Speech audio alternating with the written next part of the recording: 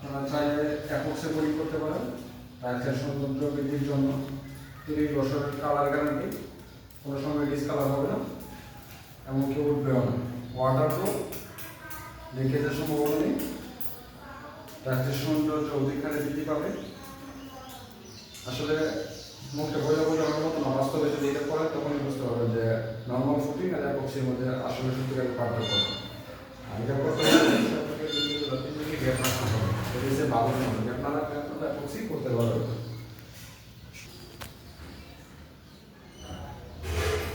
আচ্ছা, আপনাদের মাধ্যমে দেখাই এটার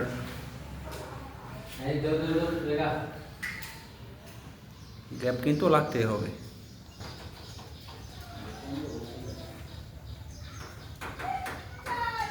কালকে কাইটিং হবে 6 ঘন্টা পর।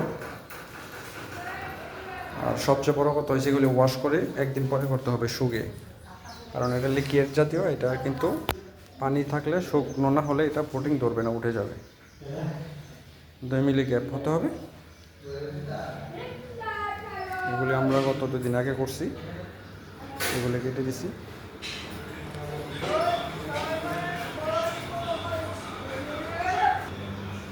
এটা একটা ওয়াশরুম, এটা আজকে করা হয়েছে। 6 ঘন্টা পর আমরা এটা একটু ফাইনালি ফিনিশিং করবো।